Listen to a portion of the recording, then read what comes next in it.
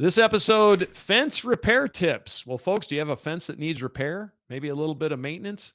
This show is going to give you some insight into repair and maintenance of your fence. Welcome to the Handyman Pros Radio Show, home improvement and maintenance tips from the pros. Thanks for listening to another edition of the Handyman Pros Radio Show, where our goal is to help save you time, money, and aggravation on your home maintenance and repair. This edition is entitled Fence Repair Tips. And to help me explain, I'm here with my ever-cheerful co-host and old buddy, Johnny. Johnny, what is going on this week? Fence repairs. No, I'm not doing that. I was talking to you though about that. This show came out of the fact that I went down. I had to do a repair for one of my customers on a gate, actually. Well, two of his gates. Well, actually, no, it was it was 4 gates on his fence, and it sort of spurred our talking about the fact that we sort of need to do a show on fencing. Now, Larry, your old buddy here, spent time on the fencing team in high school. He did not use a foil. He used a post hole digger, and he could do 400 feet a day. So I've spent a little time doing fencing, and this one was here in the South. It's a little bit different because I grew up outside Rochester, New York, and the ground is different and this and that. But there's a whole bunch of things about fencing that are pretty simple. Fencing is not a difficult job. It can be very laborious at times, but we wanted to go over some repair tips on if you've got a fence, what you can do. And I was saying to you earlier that, from a little bit more of a holistic perspective, an overall perspective of this is that if you do already have a fence, yep, to be able to take care of it and what to look this for. Is more about repair. We're not talking about installation. So correct. Yep. So when you do come upon your fence, just to set the groundwork here, that hopefully the show's going to help you, understand what what you should be doing, what to look for, maybe how to treat the fence, and then we'll have some other discussion later. A different show about gates specifically. Yeah, we're gonna do a whole show on gates because gates are unto themselves. Yeah, and that's where a lot of people have issues with their gates. Yeah. So, anyways. All right, Larry. Well, take it away. So let's say that I got a fence, and I got a fence, and I'm looking at my fence. What should I be looking for? And how should I? How can I make that thing last? All right. So number one, there's 2 types. Basically, essentially, there's 2, maybe 3 types of fence that people have in their homes. And I guess 4 if you count metal. But there's wooden fences, there's chain link fences, there are vinyl fences, and there are, we'll call them metal section fences, that are metal sections. What do all of these things have in common? Well, they all have posts that go into the ground, and then they are attached together so that you have what's called a fence. And each of them requires a little bit of different care and maintenance, I guess I want to say. And we'll kind of go over, we're going to do a high level conversation on each one of these as its own individual section. But the reason why you would listen to the show is if you think you have a problem, is there's something that you're seeing out there. So I'm going to give you a quick checklist on things to look for on your fence. The first one is, as I always say, is if you look down the fence line, is it straight? Now, that's a relative statement. Yep. When I say that, what I mean is one section out of alignment, right? So in theory, some people install fences with curves. Most of them are on straight lines for the most part. But if you've looked at fences, you can go down the line and you'll see where one section, they look like a wave, and they shouldn't look like a wave, like a sine wave or something where they go in and out, in and out. That should not be the way it is. It should be straight. So what causes that? Well, generally it's because the posts have become loose and they're wobbling. So when you're going out there, one of the things you want to do is you just want to grab the post and wobble it back and forth. If it's a wooden fence, hope it doesn't break off in your hand, because now you have a different issue. But that's one of the things. If you have a picket fence or a rail fence, it doesn't matter. Are pickets missing or are rails missing, right? So pickets are generally nailed on, and they can get knocked off or fall off, or somebody used the wrong nails and the nails have rotted out. There's a whole bunch of things about why that happens, but it happens. In rail fences, rails can sag. So a rail fence is like if you have I guess a horse fence, for lack of a better word, or an old a true rail fence is a a rail. It's a split rail out of wood, and they get kind of saggy. Usually that's because they get old, and they just gravity pulls down on them. But that can happen. Gates, we talked about gates. We're going to do a show on gates, but does your gate drag, or is it sitting at a funny angle, or all that kind of thing? And again, we're going to do a whole show on that. We'll just go over the high end things now. And then if you have a wooden fence, do you have wood rot? Right? Famous wood rot. Do you have wood rot? If you have a metal, or wood rot and holes, I guess. If you have a metal fence, is it rusted, or is it showing signs of age? Is the paint flaking off? Things like that. Those are the big things that you're looking for in your fencing. So with that, I always like to talk about what kind of tools do you need.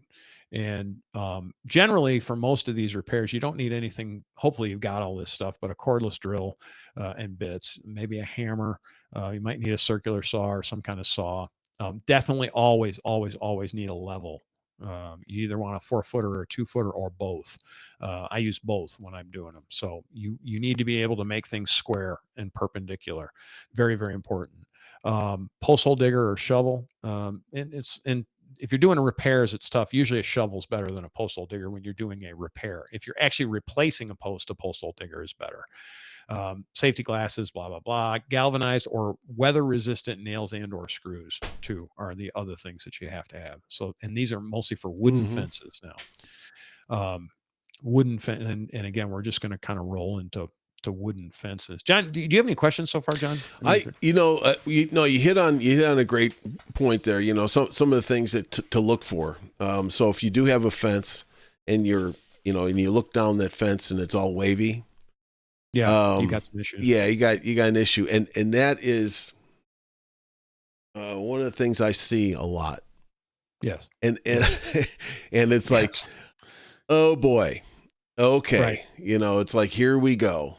So that can be all the other things that you described, but that's a good look at, first of all, the health of the fence, what's going on. Right. And then you touched on wood rot. I see a lot of people that put fences up that all new fences look good. Yes, they do. It doesn't take long for the weather to take hold, and so it's good to treat all the wood that's on that fence just like a deck. Oh, I really was just going to say that very thing. I'm glad you brought that up. So a fence is not install it and forget it, like especially a wooden fence, but metal fences too. Less so with metal fences, but in a wooden fence, it's not an install it and forget it. You have to maintain it, and maintaining it is, to John's point, you're either going to stain it or you're going to pressure wash and clean it.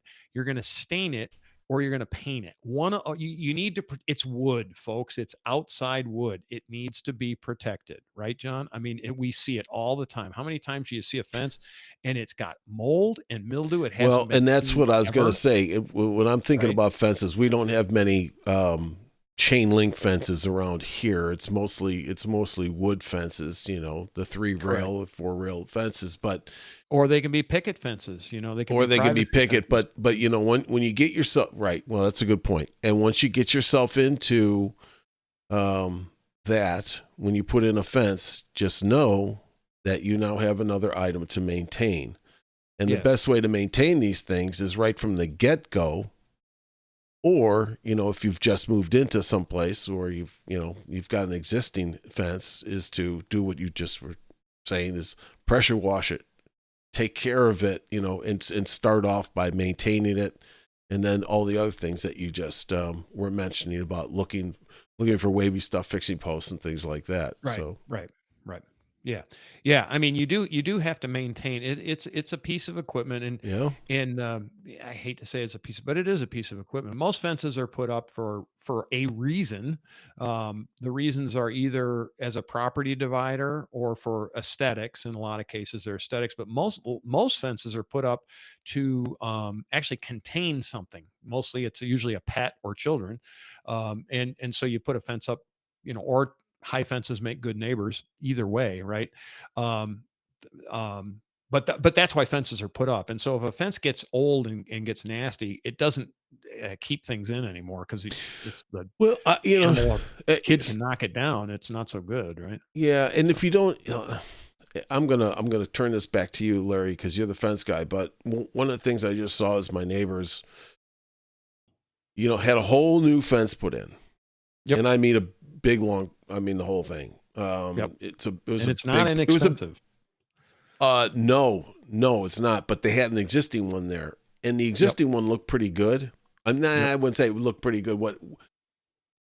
From the because I did look at it, it was standing straight. It was pretty good. Now I don't know why they replaced the whole thing, but with the exact same design fence and everything, the only thing I can think of is that it was not maintained properly over the years, and it probably got right. so rotten that it was probably cheaper at the end just to get rid of the whole thing and Yep, redo it.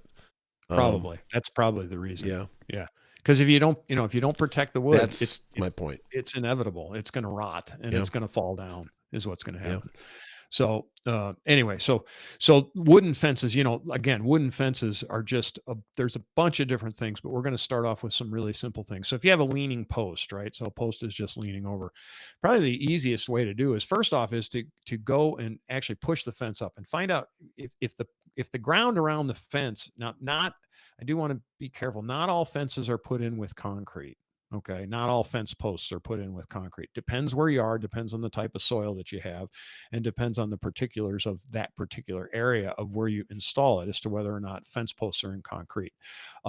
If a fence post is not in concrete and it moves back and forth and the ground is very loose around it, the simplest repair is just to actually dig out around the post and pour some concrete in it. And it can actually use fast set concrete, use the 30-minute set stuff. You don't wet it, you just put it in dry and you tamp it down. One thing that I didn't mention is you need a good tamping bar. And so what a good tamping bar is you can go down to, Home Depot has them, Lowe's has them. They're about 20 to $25 and they're a heavy, heavy bar and they usually have a big flat end on one end and they're heavy and you just basically you're pounding an area about that big around.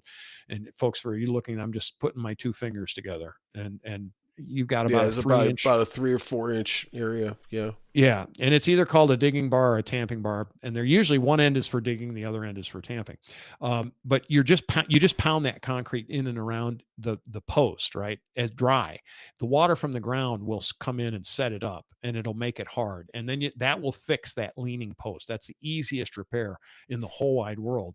You just and again to get it level, take your level, put it on the post, get it to Ye- where it's vertical, tamp it down, Yeah, tamp and it around. probably the longest lasting type of repair, because if you just put it back up and just pound dirt against it again, that it's just gonna go back. If it's moved once, it's probably going It's to move gonna again, move again. right? Exactly. Kind of common sense, Yeah. right? But Right. Exactly. it's just what's going to happen. It's just what's going to happen. And so yes, you want to brace the panels when you do the 2x4s. If the post is actually broken, let's just say that it rotted out down around the bottom, you can disassemble those if the sections of the fence, say you're using a panel fence, right, which is say a 6 foot tall pickets and it's solid.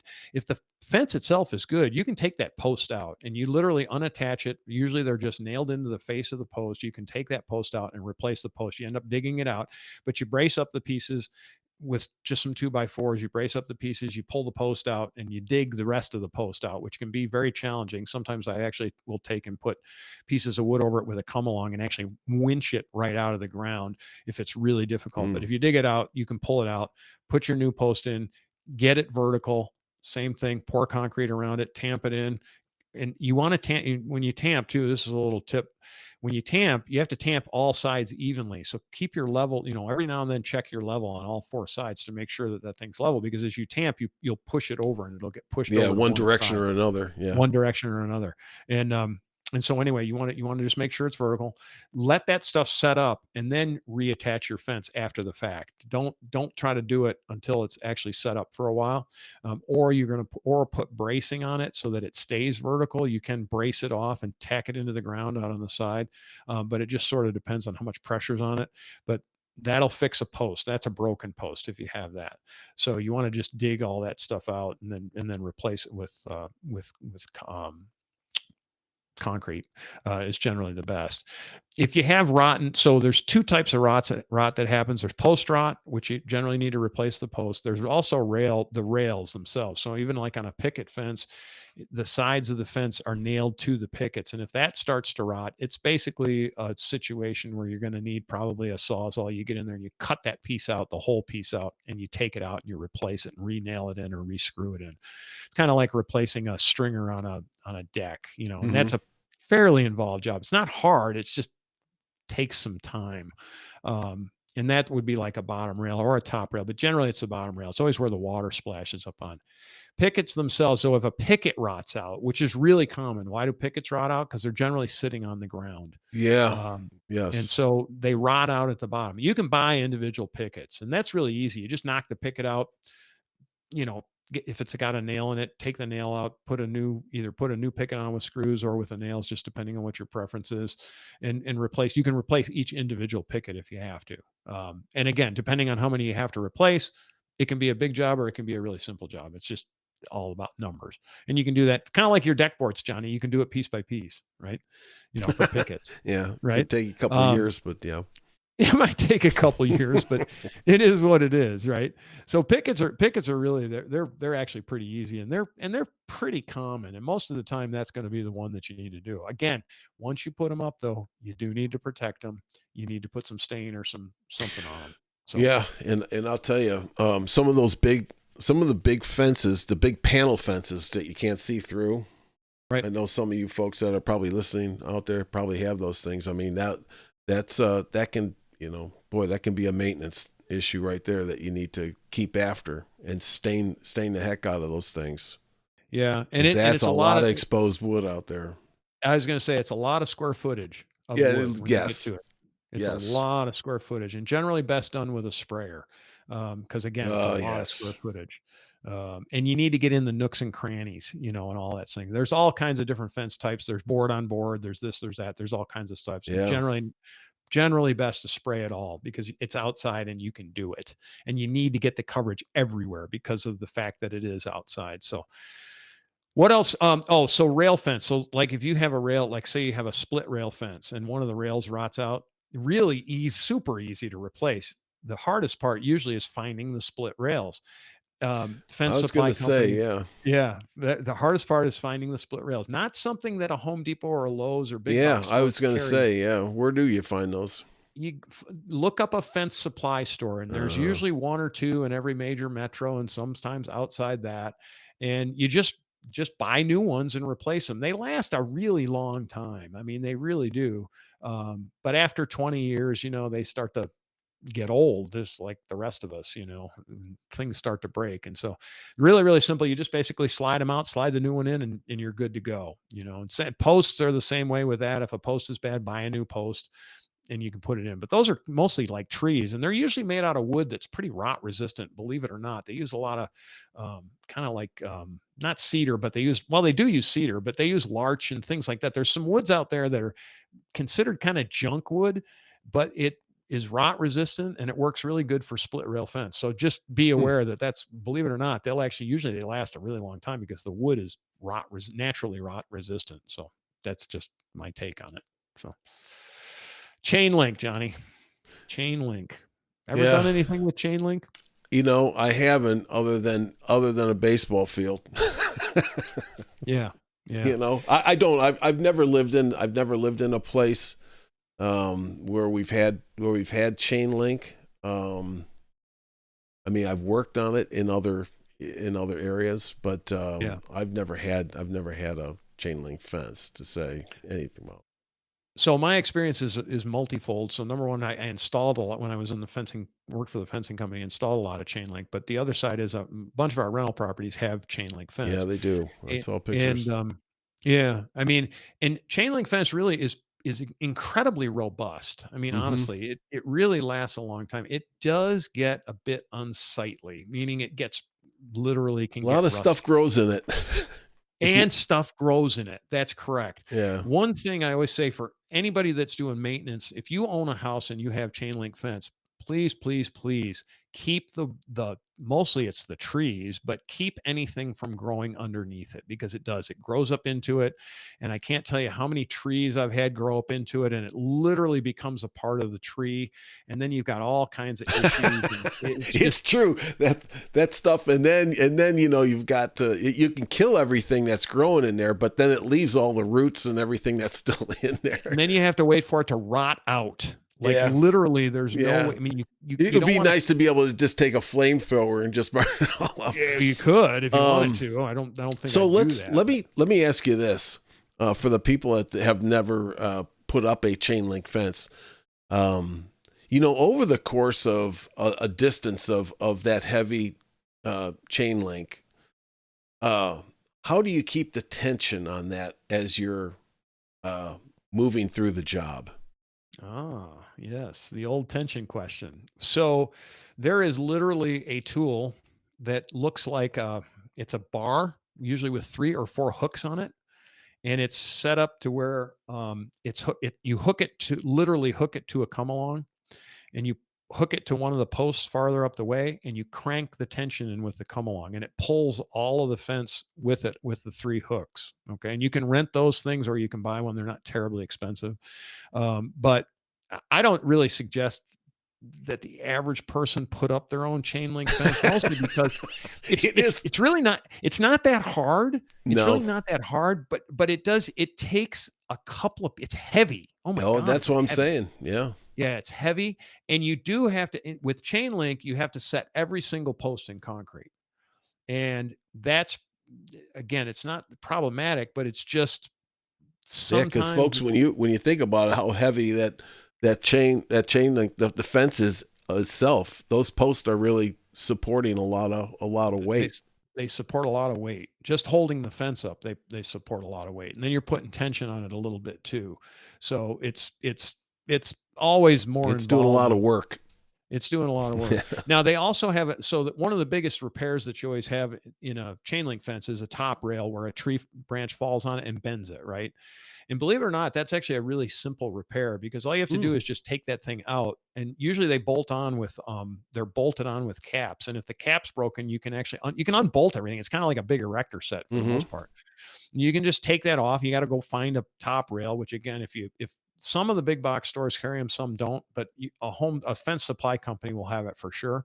You get the length, you basically pop that thing in there, you unscrew the bolts, you put the caps on, you drop it back down, you bolt the thing back up, and you're done. And then you attach the fence itself is usually attached with pieces of wire, heavy gauge aluminum wire is what it is, and not really that difficult. Just again, the hardest part is just finding the pieces, and this is all metal work too. If you're not comfortable working with metal, it's probably not for you. We have taken our fences on some of our fences that got really rusty, and we actually we pressure washed them all off, and then we sprayed them with a Rust-Oleum primer, to keep the Mm-hmm. rust down, and then we painted them. We just spray painted them. Makes a huge difference on looks, extends the life of them. We painted them Yeah, silver, the because same. all it is, it's galvanized, right? Well, it should be galvanized, but that doesn't mean it Yeah, won't but rust. then the It's a galvanized gets galvanized. chipped, and then you start the Yeah, rust. and you And get then, a little rust yeah, and once product that starts, process then to it. you keep Yeah, going. and these fences, I mean, like the ones that I've worked on, they're at least 50 years old. Yeah. So they're not new by any stretch of the imagination, but they're still in good shape. And so not it's not difficult, but it's just that's just what you do. It's not rocket science to fix them. It's just takes a little bit of of skill, and it does help to have that tensioner, a stretcher, and then just tie the wires up, and you just basically tie them on. So and you can Larry, paint them. let me ask you, with the time we have here, Yeah. ask one other thing. Have you ever put in a barbed wire fence? Yes, barbed wire is actually really easy. Did a lot of that when I was actually long story. I worked on a farm for a little while. Um, Barbed wire, you like any wire fence, and it's literally any wire fence. You basically have again, it's another thing. You put your posts in, you literally stretch it with just a stretcher. There's literally this thing called a wire stretcher, and you just hook it to it, and it just is. It's kind of like a chain buck on a Mm, if you've ever used a chain buck when you're chaining something down on like a tractor trailer or something like mm-hmm, that. mm-hmm. It's just this lever type thing, except it's got two teeth on it that just close, and it just pulls that out and puts a little bit of tension onto the wire, and then you tack it up. Really, barbed wire is actually really easy. Yeah. Have you ever seen the guys that do that out west with a claw hammer? Yeah, you can. They use a claw hammer. There's a tensioner. Yeah. Oh, Pretty yeah. No, clever. you can do it with that. Yeah, you can it's quite interesting. Anyways, Yeah, I don't want to get off. I don't want to get too far off. I mean, there's a jillion types of fences, types of fence. So, just quickly, we'll go over vinyl fence. If you have vinyl fence, basically, you're going to the only thing you can do is clean it. If it breaks, you're just going to have to replace pieces. You can do some repair with Bondo if you want to do a little fiberglass work, just like doing wood rot or anything like that. You can do that. But those are the biggies. That's the biggies. If you have metal section fence, usually you've got to replace sections, and that gets kind of pricey. And it's not that it's hard, it's just you got to replace the whole section. If it's like a pool fence, like they're solid metal fences, sometimes you need to paint them. That's about the only thing that goes on with those. So what else we got, Johnny? Anything else? We're gonna do a whole thing on gates, folks. So if your gate's sagging, we'll get into that. Yeah, This is I think he had a couple gates. Other things that here, when you do put up a fence, what is it that you need to think about if you have dogs? Dogs will dig under fences. There's all kinds of things here, right? So give us a couple of tips on that, because that's one thing. All of a sudden you go do the laundry, and the next thing you know, you get a big pile of dirt out there, and the dog is gone. Yeah. So they're interesting stories, right? So depends on the type of dog you have. Yep. I owned Jack Russell Terriers at one time. Oh, they'll dig. Russell Terriers are known for digging out underneath fences. Oh, yeah. The way you fix that is you actually take wire fence or chain link fence and you bury it underneath the fence.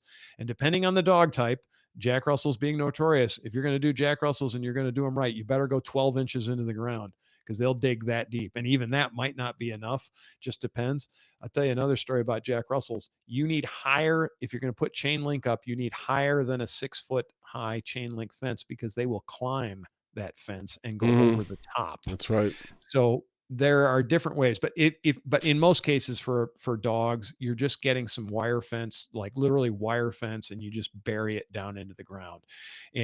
And you also can just kind of lay it in under the ground, because most dogs they'll start digging right at the edge of the fence. Yes. And if you lay that wire fence out maybe a foot, they won't work backwards out. Got you. Yeah. Okay. So they that will keep them from digging through, Now, is it good for their feet? No, it's not good for their feet, but it's the only way to keep them in. Yeah. Yeah. There are things like that, because there's other animals. I mean, sometimes you're getting a fence to keep animals out. Yes. And same thing. And I know that let's say that the folks out there that are listening to us out west, they probably have a lot of coyote activity, which we have here. But some of the people are listening to us, have coyote issues, trying to get, and I know out west they've got those things what do they call them? Coyote rollers. Yes. On top of their fence. So because coyotes are notorious, they'll climb like a 8-10 foot fence. They will. And they've got those rollers up there that as soon as they touch, you can't get over the fence. They can't get over the fence. Yeah, it's tough. Trying to keep stuff out is really hard. Yeah. It's just very, very difficult. Yeah. Anyways, that's let me see if there's any other tips that I had here.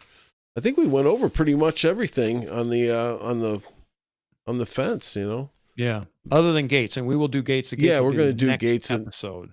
Yeah. Yeah, because that is a whole thing unto itself. But right. No, there's a lot of good information here on fences. Hope you enjoyed it, folks. All right. I learned a lot, Larry. Thanks. Well, you're welcome. And all right, with that, questions, comments, and concerns. If you have any questions, give us a shout out. Questions at handymanprosradioshow.com. We will get back to you. So with that, Johnny, take us home, and then we'll do the gates. We'll do gates. And then we'll all right, folks, we've got an upcoming episode on gates. I hope that you have a great week. Stay safe, and we'll see you next time on the Handyman Pros Radio Show.